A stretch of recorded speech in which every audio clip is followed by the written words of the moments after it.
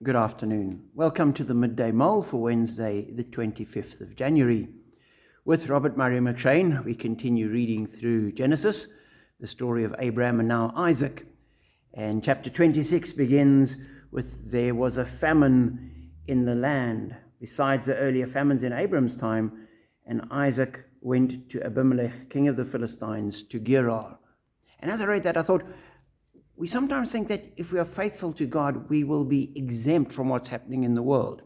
If there's a famine, everyone else will be affected, but we won't. We'll somehow live above it. Whereas Scripture says, no, when you're in the world, no matter how faithful you are to God, you are still part of the world.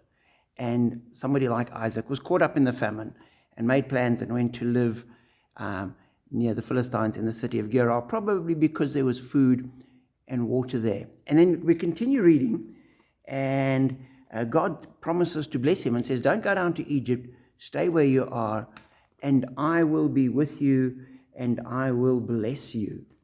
And reiterates the promise he gave to Abraham, that Isaac would be blessed by God and eventually be a blessing. But then in verse 7 we read, when the men of this place asked him about his wife, he said, she is my sister. Because he was afraid to say, she is my wife.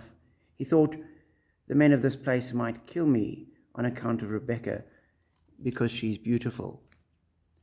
And I thought, I've heard that before. Abraham did it twice, and now Isaac's doing it as well. And as I read that, I was thinking, here is God speaking to him, promising him that he would be blessed, he will be a blessing, that God's with him. And yet he still is fearful of the people in the area. And he still comes up with this foolish scheme to avoid conflict. Fortunately, nothing happens. The king sees him caressing Rebekah and says, but she's your wife, and warns everybody not to touch him, and things are okay. But I thought, he was fearful, despite the fact that God had promised to bless him. The fear still came and changed his behavior. And we mustn't think that we will be any different. Even in our faith, we will sometimes still have fear, like Isaac did, like Abraham did, like so many people in Scripture did. And we're not exempt from it. We don't live above the reality of the world in our faith. We live in the reality. And our faith doesn't extricate us from the fear and problems and tensions of the world. What our faith does is it strengthens us to be able to live in the midst of the problems. And so there are many things that people might fear. You have a doctor's appointment and you're fearful of what the doctor might say. You're facing some situation at work and you have this deep-seated fear. That's not because you don't have faith.